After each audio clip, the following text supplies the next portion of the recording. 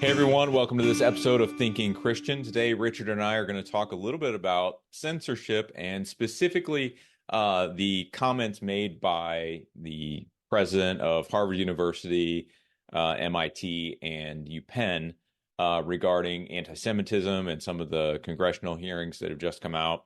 And I mean, really what we want to think through is not just the sort of polarized context in which all of this is happening and maybe some of the answers that were probably a little easier than the college presidents made it out to be, but also just looking at the whole context of this and trying to, think it through from a more gracious standpoint, to the extent that that's possible.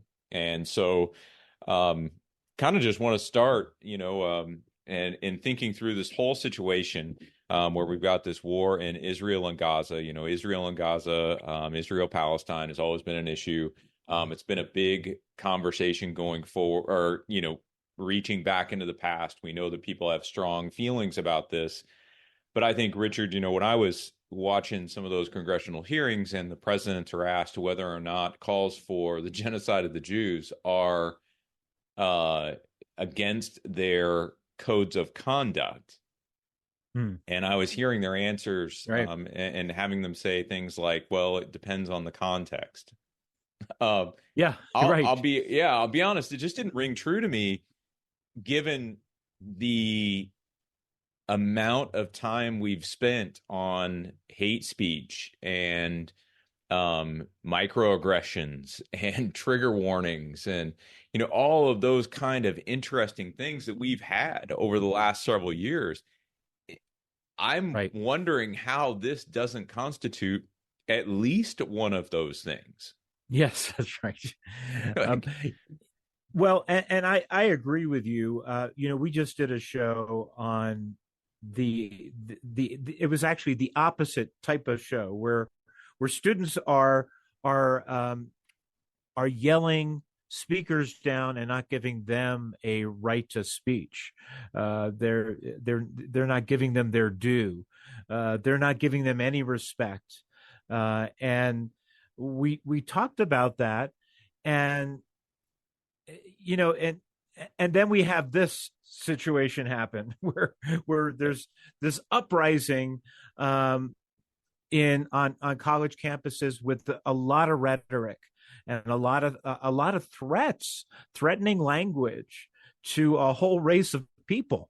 And so how do you stand there? And I liken it to Michael Dukakis in the presidential debates back in the 80s, where he answered a question that but there was a detachment to that the answer that he gave, and they gave a very vivid approach to the candidate's wife, Dukakis's wife.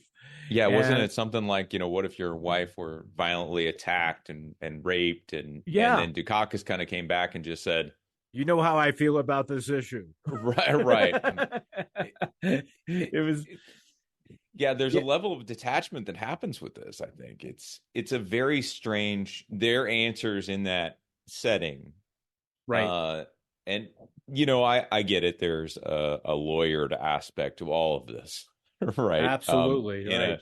a litigious society, maybe you have to be careful with this, and but at the same time, I think it should have been an easy yes. I mean, it should have been an easy yes to say yes when students are chanting or calling for the genocide of Jews, or if they were. I don't. This is part of the frustration I have with this whole issue. Um, it's difficult not to believe that or difficult to sort out and tease out, let's say, that some of what we're hearing coming out of these campuses isn't being enhanced, exaggerated. Right. Right. So I know what I've seen. I've seen, let's say, the letter that was initially put out when, I'm sorry, October 7th, right after the attacks on Israel happened and Hamas attacks Israel. I've seen that letter. I've read that letter from the Harvard students groups that were calling, saying that it was 100% Israel's fault and these kind of things. Right. And so outside of that, it's really difficult to know anymore what is actually happening on that campus, what the students are actually doing, how many of the students is this really, what does all this look like? And I Mm-hmm. think that's a complicating factor too. But at the same time, I think, as a hypothetical, if students are calling for the genocide of any race, didn't have to be the Jews, any Right. race, Right. why wouldn't that be against your code of conduct? To me, Yeah. that's not and I've been in higher ed before. Um, there's a certain degree of debate and conversation that you want to cultivate among students, but Mm-hmm. you really do want that to be cordial debate. You want it to be cordial conversation. Right. Disagreement can happen without hating each other and really without expressing hatred. And so I think it's fair game to sort of sit back and say, okay, well, what is the relationship between Israel and Gaza? What are the pros and cons of both sides? How has Israel exacerbated the situation? Perhaps how has Hamas and their seeming willingness to do anything really created a lose lose for Israel? I think Right. all of those kind of questions are sort of up for grabs, and you can have those conversations without the sort of animosity that seems to be there in a lot of these contexts.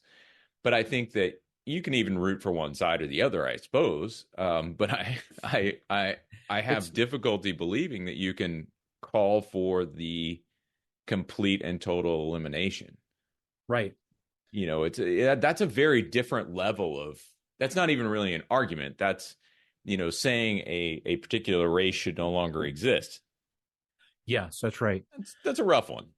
Yeah, it is. Yeah, And I guess you have to also see or try to figure out what is Hamas? Is it a terrorist group or is it a race of people? Because I've heard really well-meaning people say, let's eliminate Hamas off the face of the earth, and they're not a race of people. They're people who have practiced terrorism and have done some pretty violent things. Now, I will say this in all fairness. Our old friend artificial intelligence has played into some of the rhetoric that has gone on and doctored pictures and a lot of things, sure. at least allegedly, Yeah, these are. And so it's hard to tell what is true and what is not true, even from yeah. pictures and from what people are saying, because we're not even sure exactly who's speaking, whether it's a machine or it's actually people in some of this dialogue. Yeah, I think we're sort of running into this convergence of very difficult information. Like we're in an information age that is making it difficult for us to tell true from false. Right. And we're also in a situation where we've lost a moral center. And by moral center, I don't mean Christian nation or Christian values or anything like that. I tend to think Christians should be limited to those understandings that for which Christ is essential. Yes. And so I don't usually like to use the word Christian to describe our nation. I don't think Christ was ever central to our nation.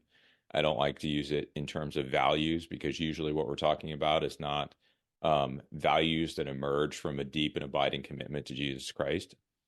That Christian scripture, I think, should be limited to the church and to the Right. body of Christ that actually are united with Him. So when I say moral center, here's what I mean: a general understanding of God's order that's inferred Mm-hmm. from creation, understood from justice, closer to like a general revelation kind of an idea, Right. where we are seeking some level of truth, we're seeking some level of justice, we're seeking to identify falsehoods and root those out, and we're looking to our governing authorities to institute and really not necessarily reward good, but certainly curtail evil. Yes. And I think where we sit right now, when I hear calls for the elimination of Hamas, for Mm. instance, um, I'm not wild on those either. Right. Ethnic group or no, I think that there needs to be a sense of justice without a sense of um, retribution. You know, I agree. I Yeah. think we need to recognize it, and that's not. I realize that's a little pithy and it's very difficult. Like, so I don't know that I begrudge Israel. I'm not a military strategist, so I really have no opinion on what it is that Israel is doing to combat Hamas at this moment. I just don't have an opinion on it. I think it's a very difficult situation, and in a fallen world, you're going to face those all the time. And I Mhm. think there's negative consequences no matter what action you take. And so I leave that to people who have much more savvy in that than I do. But I will say, I don't think that people should, especially Christian people, should be hating their neighbors, hating their enemies. Right. And, I would identify Hamas as people who are enemies of justice. I think they are, a terrorist group. And regardless of their motives, right? Let's say their motives are completely righteous. I don't think they are, but let's say they are.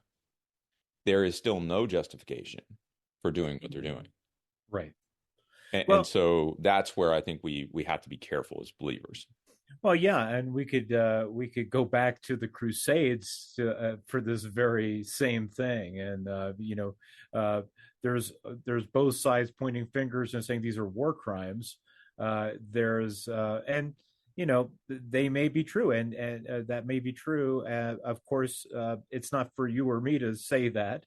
There's certainly those trials that are coming up that will decide whether what one side or the other did were war crimes, Right. and that just needs to play out.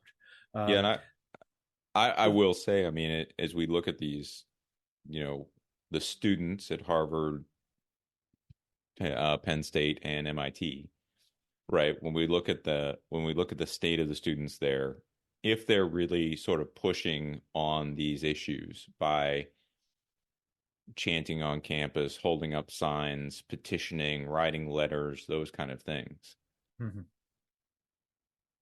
Yes, there's the question of how do we talk about these things in a more intelligent manner. You would Yeah, hope that the students and the faculty at these institutions would be pushing for a deeper intellectual conversation that would be, again, cordial, civil, even amongst disagreements. right. But that doesn't appear to be what we're seeing. What it appears to be what we're seeing is sort of um, enraged protest. It reminds me of what I've read about the Vietnam War and the sort of Right. protests that were going on there. Mhm. And, I think you just have to ask yourself, is this what we're teaching the next generation makes change? I saw a great little video online. These guys were talking about their support of Ukraine and how they'd made the ultimate sacrifice, and it was a satiric kind of piece. And the interviewer who's talking to him says, "Well, did you volunteer to go over to Ukraine?" No, no. Were you trying to like fight in the front lines or anything like that? They're like, no, no. They're like, we changed our Facebook profile picture to the Ukrainian flag. And I just sit back and I'm like, it's funny almost because it's true. And so Right. I think what we've got is we've got a next generation of students who honestly think that, these activities that they're engaged in are going to have a positive effect on the world. Right. And it's a very strange moment. Hmm. I can remember being a dean and students bringing in petitions to me, and I refused. I refused to look at them. It just Right. doesn't. It's like this is not how you change things. And so usually what I do is I tell them, hey, if you want to talk about how you go about changing this and what the right mechanism and process is for you to address this, it's not easy, but that's what'll work. This will never work. There's a coaching aspect that I think has to go along with that. That's probably putting it too lightly. Coaching. Yes. Yeah, you know, um, but I am a little concerned that we're forming students that somehow are going to be, trying to change the world through social media campaigns and petitions and writing open letters. I mean, they've Hmm. created a real big kerfuffle here, that sort of, I suppose, raises issues, but I don't think it's going to turn out the way that they wanted it to turn out. At Thrivent, planning your finances is bigger than money. It's a way to support the people, causes, and community you love. Because helping you put your faith into action is at the heart of what we do. Thrivent, where money means more. Connect with us at Thrivent.com.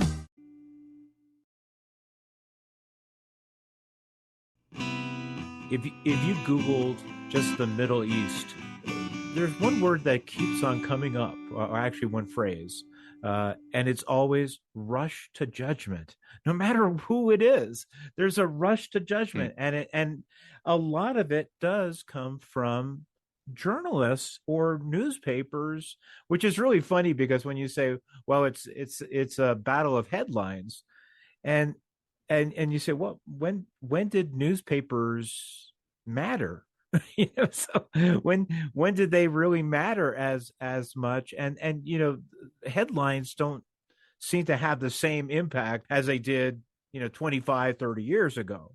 Headlines are in different areas. I mean, they could be a Facebook page or a post or any Yeah. any of those kind of things. That's a different battle, but the rush to judgment seems to be still that gotcha investigative reporting or whatever.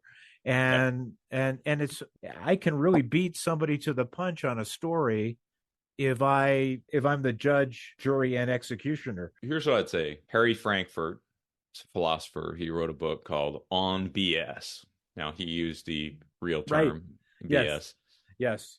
Um, but he makes a distinction between lying and BS. So lying has a relationship to the truth.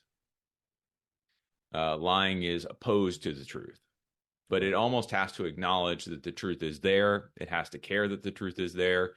For you to lie, you have to know what the truth is and actively work against it. Right.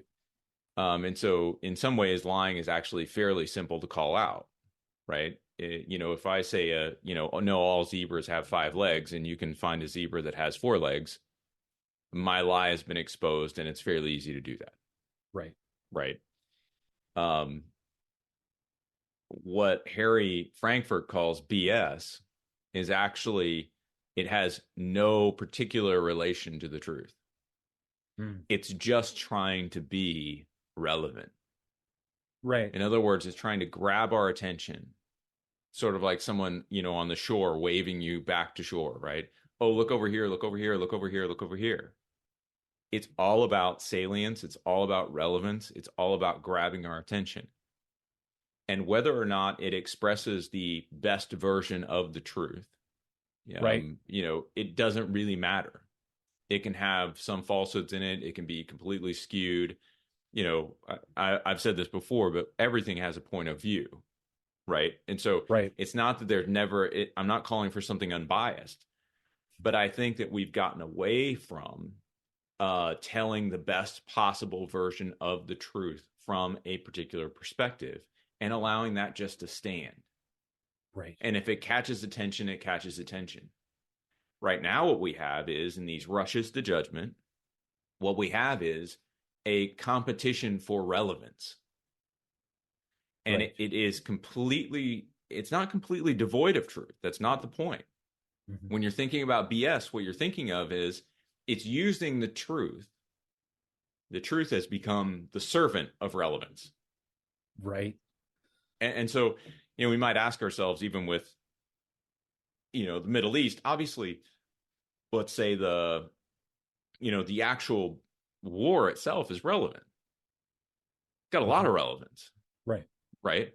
Some of the things reported, maybe not, right? The fact that Harvard, UPenn, MIT students are, certain ones of them are against Israel, or maybe they're chanting anti-Semitic things. Is that relevant? Yeah, probably, but maybe not on the scale that we're giving it relevance. Right.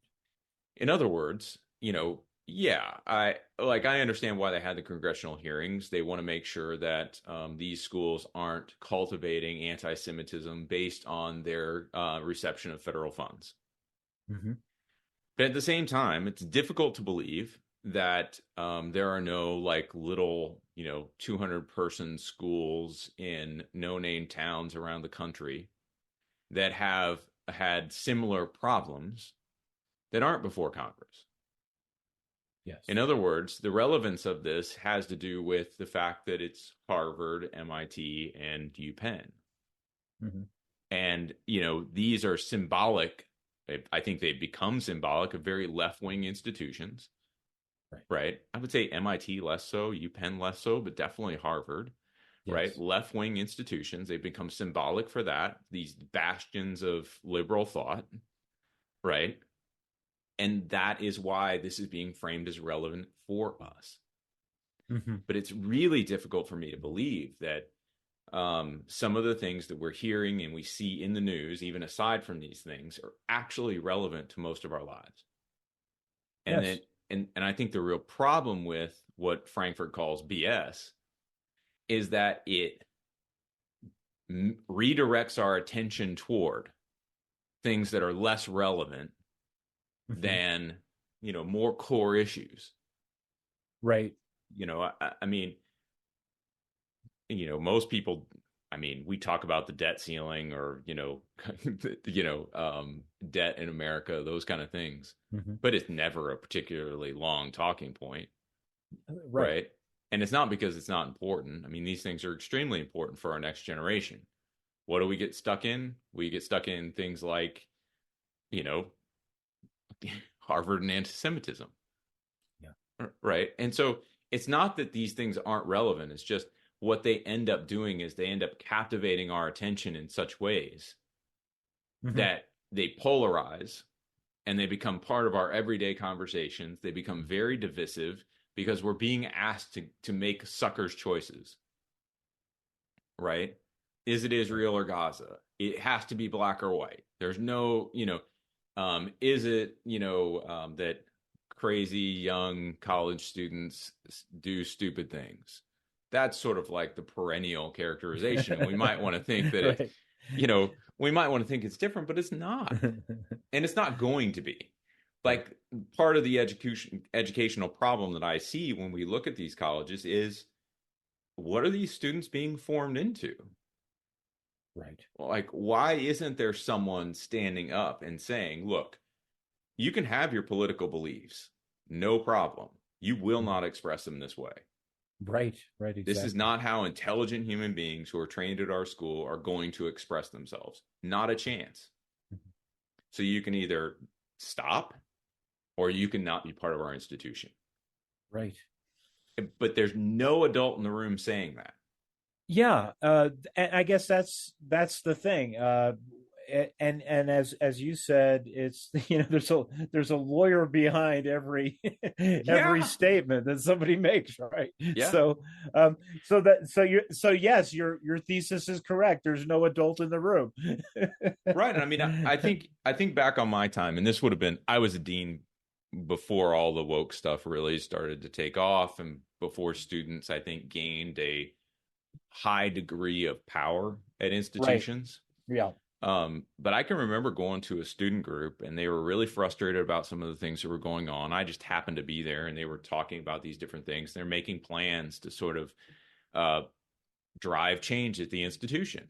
So I was a new dean and they're talking about a social media campaign and they want to really blast the institution and all this kind of stuff. And then they invited me up to speak and I said, hey, before I say what I was planning on coming here to say, I just want to let you know, I'm here to listen. I'm here to help. But if you all put this stuff out on social media, you will find in me an enemy, whether I agree with you or not. Right. Because you should not be rewarded for thinking that Facebook posts and Twitter and whatever else you're using can actually push people to change. I'll never bend to it. Right. And so it was really silent. And I said, but I'm here to talk. And if you want to talk about how to get some of these things changed, we can talk about that. Mm-hmm. It's not a problem. It's the mechanism. It's about the mechanism you're using, not about the changes you want to make. Yes. And so that's the sort of tension I see in this situation where, these students are being allowed to use mechanisms that they shouldn't be allowed to use. It's not helpful to anyone. and it's just creating problems. And it's like, adults don't solve problems like this. I've never given my wife a petition, Right. right? Just on a micro scale. Like, it doesn't happen. You know, if you have disagreements with someone at work, right? Yes, Right. there's legal processes you can step through. There's HR that you can go to. Mm-hmm. But most of the time, don't you just sort of kind of come together and figure out a solution? You I hope. mean, right. It boggles my mind a little bit Yeah. that this is where we're at. That, I think, is my biggest problem with this whole situation, is that you've got a group of people who think this is okay. Yeah. But it is when you look at it and you think of mediums that have happened. In the '90s, it was called spin. You would spin the truth, and we have talked a little bit about the news cycle. The news cycle is another way of saying what we're Absolutely. hearing. Yeah. And that the news cycle where something falls off of the news cycle that's still irrelevant is still happening, and but it gets ignored in some ways. That's just another part of spin. I think maybe that's when you think of cycle and you think of spin, maybe those words are right.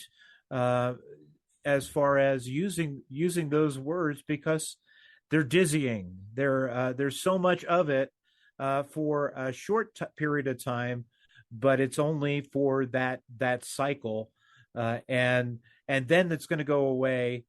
It'll come back only when it becomes a relevant story to cover, and so Right. we have a very short span of attention, as they say.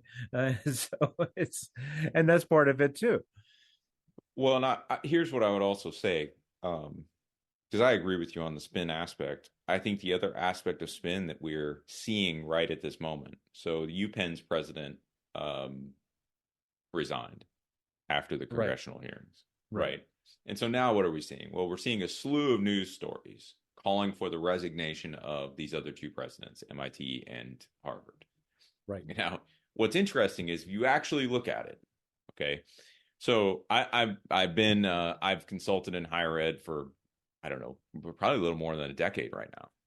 Mhm. And one of the schools I've worked with had a long-standing president. He was there for, I think, somewhere in the 10 to 12 year range. Mhm. And he left. Some donors went with him, and then all of a sudden, the school's in financial trouble. Right? They're having this big problem filling their operational deficit. Their enrollment systems aren't working well. Their marketing systems aren't working well, and the next president is just getting browbeaten for these things. And it's like, well, but is it really his fault? Like, it's his responsibility now. I agree with that. So come up with some solutions, figure these things out, right? These are not emergencies that he created. They're emergencies that he's dealing with. Right. Now, at the risk of sounding like I am defending Claudine Gay, which I am absolutely not, I think she should have given way different answers in that congressional hearing. But Absolutely. she has been president of Harvard. Do you know? No. July 1st, 2023. Oh, really? These are not her problems. Now, she's been in academic leadership, so you could argue that she's been part of the problem, Mhm. right? But if you think about, she's been in since July 1st, 2023. This is not a culture that she created. Yeah. Right? This is a culture she inherited. Mhm. She may have been part of that creation, but the reality is that there was someone above her in the organization. There was a board of trustees. There was there was another president, probably a provost. There's like a lot of academic structure there who Right. is allowing this culture to build. Mhm. And so, when I look at it and I say, should she resign for the answer she gave? I don't know. Right. As someone who has been in, sort of in front of firing squads, not anywhere big as the, as the Congress. Right. I know how easy it is to give stupid answers, Oh, yeah. right? It's easy. And so, I don't know that she needs to resign for that. But what I would say is that if she is going to continue this sort of cycle and culture at Harvard, then yeah, someone should do something. But I don't think it should be a resignation, quite frankly. Right. I sort of wonder where the actual leadership of Harvard is on this, the actual leadership of MIT is, because the president is not in charge. Like higher education institutions, if anybody knows anything about them, there's usually something called shared governance. And so the president just doesn't usually have sort of the sword to wield and do whatever they want to do. Right. And at places like Harvard and MIT, you're going to have tenure to worry about. You're going to have a number of different things that you've got to think about. And normally they have a more narrow sphere of delegated authority that they can actually exercise. And so these are complex institutions, complex organizations. And my concern would be is that, okay, UPenn's president resigned. Maybe that could have been for a whole host of reasons. Maybe she just didn't want to deal with it. Right. But to think that her resignation solves the problem at UPenn is an absolute fallacy. Right. It doesn't. And if Claudine Gay were to resign, it wouldn't solve Harvard's problem either. And that's what I think, as we think about news cycle and spin, that's where the focus is right now, because it's easy. Right. These people just, sort of gave really weird answers in front of Congress. And it's easy. Everybody's going to, they should resign. You're going to get people rallying behind that. But the reality is, do we want them to resign or do we want to fix the problem? Right. And I wouldn't even say, again, she's been president since July 1st, 2023. She's been on faculty there and a dean for a longer time. People knew who she was. The people who hired her knew who she was. And so if she's the sort of person who's going to sustain the culture that everybody now has a problem with, you have to ask yourself the question, why was she hired in the first place? Hey, stick around. We'll be right back.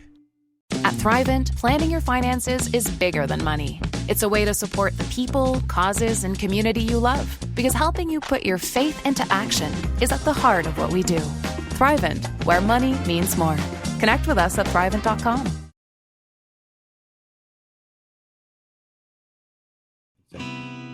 And so there's a systemic problem here that isn't going to be solved by the resignation of just these two people. And I think to put all the weight on them is commensurate with their responsibility, but it's foolish from our standpoint to think that firing or getting these two people to resign is ever going to fix those problems.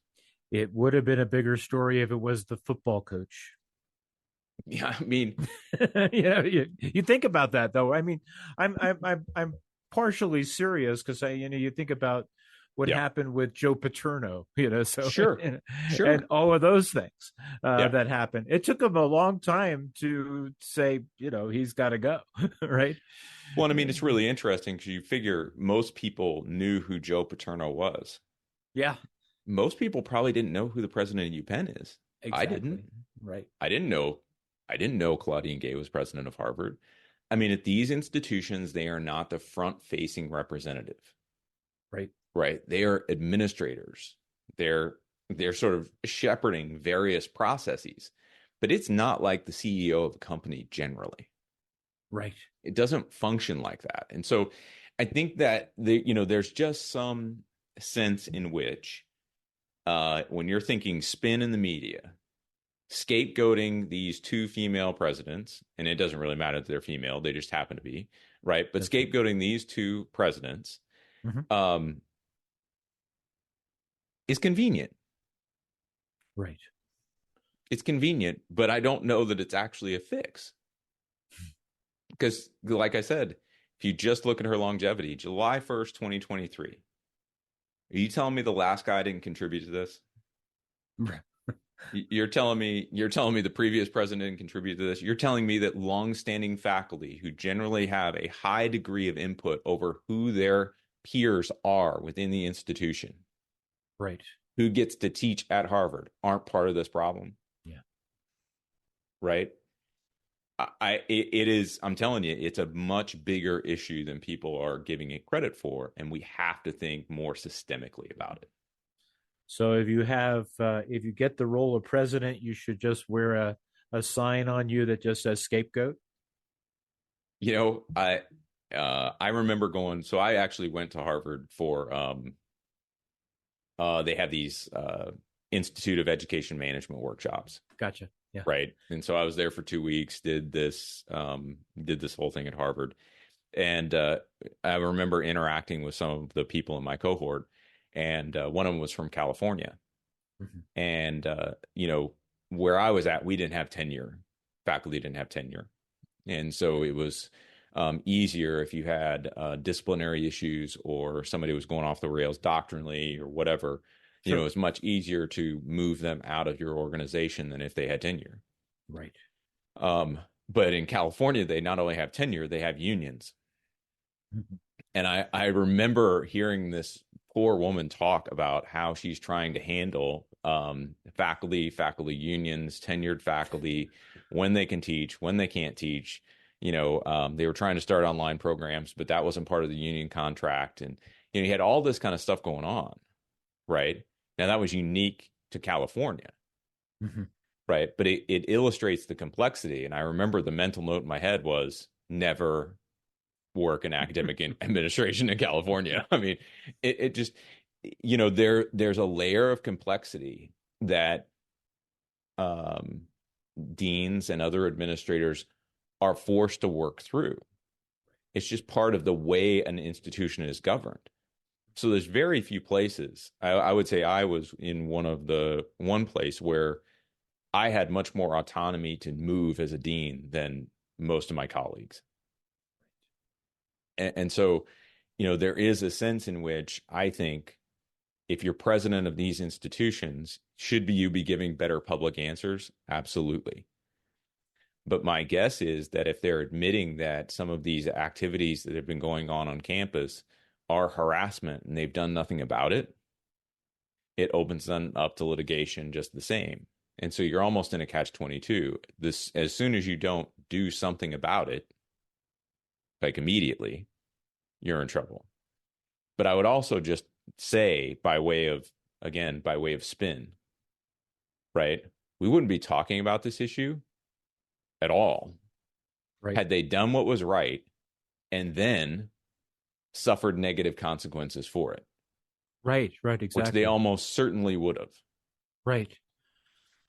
But we're okay with somebody sort of bearing their cross, right? That's not news, right? What's news is these atrocities that we see happening that nobody's addressing, and now we want to pin somebody down and beat them about the head and shoulders for it. I just, I have some sympathy, not agreement, but sympathy, because I know how hard it is to make these tough decisions. It's not easy. These are really difficult decisions, and those answers in Congress should have been easier answers. At the same time, you have to take into account these are just not easy decisions, and they're not easily fixed. Maybe the question was wrong. Maybe they should have asked. They should have asked them or her, what keeps you up at night? You would have got an honest answer, right? It probably would have been a more honest answer, quite frankly. I mean, even delving into some of the very specific policies, yes. Right? Like if you were to ask one of those presidents, what is your process for hiring a faculty member? Mm-hmm. What is your process for firing a faculty member? Right. People would have gotten a sense for the complexity of those situations, and that it's not just up to a faculty member. Yeah. I was kidding a little bit about that, but I also meant it in some ways too. Maybe it's sometimes it's the way these questions are posed. If you're going to ask a legalistic question, if you're going to ask a legalistic, or if you want a legalistic answer, you have to ask a legalistic question, right? So. Yeah, it's a very tough situation, and all I would say is, as we look at this on college campuses, I think a big part of the challenge of college, I don't know whether I want to call it a problem, but I want to call it a challenge. The challenge of higher education right now is that so much of it is peer oriented. Right. The sorts of accountability that are built into higher education, I think, are being shown to be insufficient. That's probably the nicest way to say it. I think that there just hasn't been. There's been too much leaning on academic freedom, which I find to be extremely important, and would not want to have higher education without academic freedom. Correct. At the same time, I think that academic freedom has been used to cover over research agendas, instruction, political comment, the formation of students that probably should not be part of those academic institutions. And so right. I think there just has to be a recalibration there. And for that recalibration to happen, there has to be a harder look on, I think, tenure policy. I think, academic promotion and ranking. I think accountability to non-faculty persons. Right. It's, as someone who sat in faculty committees who were considering, whether or not one of their peers should be censured or fired, I can tell you there's no way, shape, or form that someone who works as a faculty person that's not a normal part of their job. Yeah. And so you're gonna sentence somebody to losing their job, losing their livelihood, that that you've worked alongside, you've met their kids, you've met their spouse. Those are not conversations that faculty persons should be having. Right. But they so often do, and they largely determine how those things go at many institutions. And so, yeah, I think that overall, what I would encourage is, number one, sort of, if you're going to have an opinion on this, beyond what was said in those congressional hearings, educate yourself on how higher ed works. Right. My guess is the bylaws of each of those schools is available online somewhere. And I actually looked up Harvard's last night. They actually have one for each of the schools. I found one for Harvard Law. I found one for Harvard Graduate School of Education. And so, that just demonstrates the amount of complexity that someone who sits atop all of those is actually dealing with. Yeah. And so, educate yourself on how higher education works and why this is going on. And because I don't believe that a president sitting from July 1st, 2023,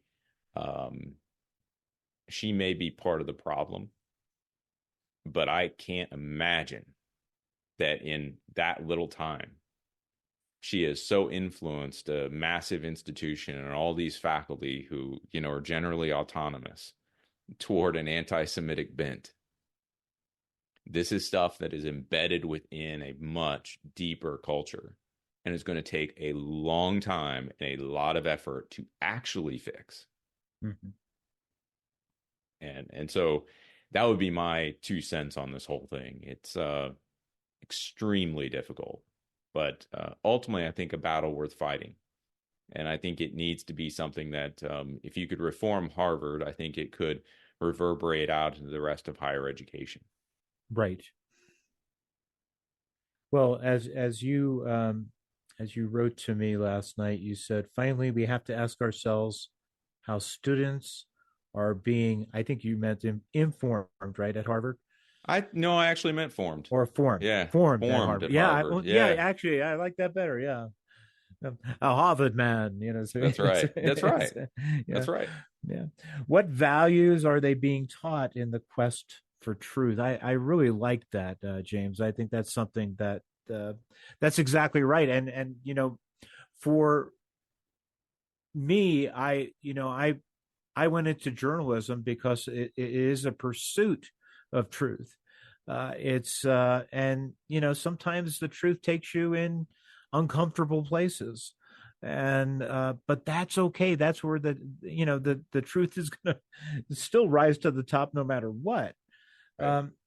It would seem that beyond correcting, condemning their hateful message, someone should talk with them about speaking without knowledge and making judgments on partial evidence. I think that's really good, and that's our rush to judgment statement before.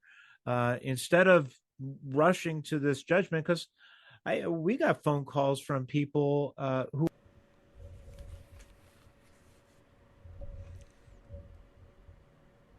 Israel and Hamas in this whole thing, and then this whole with what's happening in academia and with the students, there's a lot of rush to judgment there. So it just keeps on rush to judgment stuff begets rush to judgments. Well, it's interesting. I mean, we've talked about this a number of different times. We've had the Target conversation. Right. I can't remember whether we did a discussion on it, but Balenciaga back in the day, right? And that created all this sort of public outrage. Right. And the way I guess my concern in these instances is that, we're not talking about a retailer, right? I mean, that's right. Arguably Target is less influential than Harvard. I think, arguably. But I think that if we just sort of rush in, do the same thing we usually do, which is get rage baited into this, right, really super frustrated, angry about everything, and then we see we see sort of blood on the pavement, right? The president resigns and yay, we're done. Right. We will have failed mm-hmm. a generation of students. That's right. Multiple generations of students, honestly. This is not what this is about. And that's, this formation of students, I really firmly believe that Christians are supposed to be involved in discipleship, right? And that means that we are being formed in the image of Christ. Mm-hmm. But I also think that the secular world and its institutions seek to form people in a way similar to discipleship. There is an anti-discipleship happening. They're not seeking to form these people into the image of Christ because they don't know Christ. But they're seeking to form them into the image of something. Right. And so what is that? Why has this become a norm that we're starting to see sort of over and over in college campuses? Well, it has something to do with the underlying values of what's going on those campuses. I think beyond values, quite frankly, I think it has something to do with the lack of accountability. Yes. Education in this country is largely a public trust.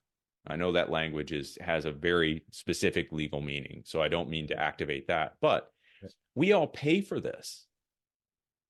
The public contributes heavily to higher education. Yes. The state level, some of our tax dollars go to supporting state institutions, right? Mm-hmm. We've got the Pell Grant, which, if you're unaware, is just money that the government gives away, right? Even subsidization of student loans, student loan forgiveness, all of these things. Those are things that the public contributes to because we believe in the value of higher education. Right. The unfortunate part is that these schools don't seem to be answerable at all to the public. And that's a problem. Mm-hmm. They no longer serve the public interest because they don't have to. Yeah. Nobody's asking them to. I actually think these congressional hearings are good, as oddly political as I find them, right? They're good because what they're trying to do is say, look, you kind of work for us. Yeah. Like we spend a lot of money on your institutions. This is not what we're expecting. And so now we need to take a deep dive and figure out what the root of the problem is here. You're going to have accountability. I just happen to think it's a little late. Yeah, right. Like, these things could be worked out in much more reasonable, far less public, unnecessarily, heavy ways. Right.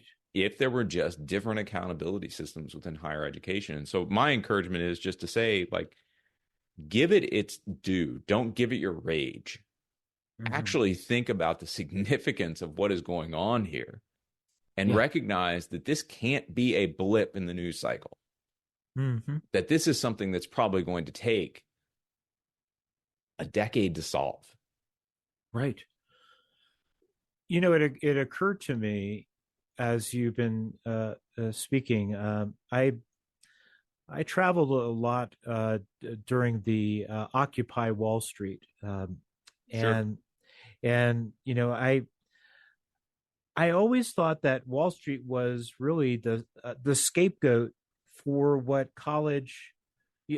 how colleges justified getting a degree for a certain amount of money, um, and with the promise that Wall Street was going to hire these people at a certain level, $100,000 or more job when they got out of school. And when that didn't happen, Wall Street got blamed, not the colleges. Right. And so it's the same thing. There's a bit of entitlement that is actually taught in colleges now, because if you get this degree, you'll get this. And so there's an entitlement saying, oh, we deserve that because we paid for this 4 to 6 year to 8 year college education. Sure. And so it's sort of a different show when we talk about that, but it is. Yeah. But there is the same thing when you look at, okay, there's an attitude on college campuses that we're seeing that is disrespectful and is also violent and anti-Semitic and or racist and or whatever it is. And I guess it depends on what the situation is. But if you look at it as a vicious cycle, Richard, yeah, I'd say what we're seeing right now makes perfect sense. Right. Right. What we want is we want the administrators to be in charge. Right. We want the president to be responsible. Yeah. Right. But the reality is that we've rigged the system. Right. Right. So colleges largely recruit on reputation and student value. We've created a commodity. Right. Education is no longer education for its own sake. It's something we do in order to get a job afterwards. Well, what does that really create? Right. It creates an increased buyer power. In other words, students walking into a college have far more say in what they want and how they want it, how much they're willing to pay for it than they ever have. And so how does that work then? Well, college administrators are usually pretty strapped for cash. Like there's not a lot of colleges that have multi-billion-dollar endowments. Right. Most of them are living enrollment cycle to enrollment cycle with smaller endowments that allow them to sort of weather difficult times, just like a household budget might. Right. My wife and I aren't millionaires, but we have enough in the bank that if we had a low month or something like that, like we'd be okay. Right. You go into 6 low months, we're probably losing our house. You go into 12 low months, like we're living, like the elongated time frame creates problems for these institutions. Right. And so what do? Well, you begin to cater to the students because you don't want to lose them. Yeah. And so what you realize is that education challenges students. Education pushes them to be different people. Right. But placating them allows them to stay the same and keeps them happy. And so we've sort of rigged the system here so that the more competition we've got, the more we treat education as transactional as opposed to transformational. Students have more say in how they're going to be treated, what they can and can't do, how they can and can't say it, how much they're going to pay for an education, who treated me this way or not this way or whatever. And so college administrators largely right now, I feel bad for them. In a lot of ways, I feel bad for them because the job has become something that is less than education in a lot of ways, not always, but in a lot of ways. Right. Those students have no more respect for the public trust than the educators do. And when I've written on student loan forgiveness and those kind of things, I feel the exact same way about, I think students need more responsibility, not less. But whenever there are accountability systems that are sought to be employed, they're almost always instituted on the educational or institutional level, which further ties the hands of people who might otherwise be interested in educating students. Right. Now what they've got to do is follow rules. Well, following rules that don't apply to students, imagine, right? Like, hey, let's arm wrestle, Richard. I'll tie both hands behind my back. Who do you think's going to win?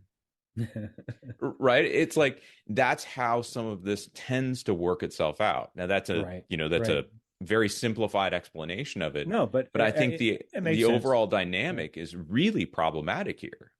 And that's why, I mean, it's going to take decades to unwind this, because we have created essentially a commodity.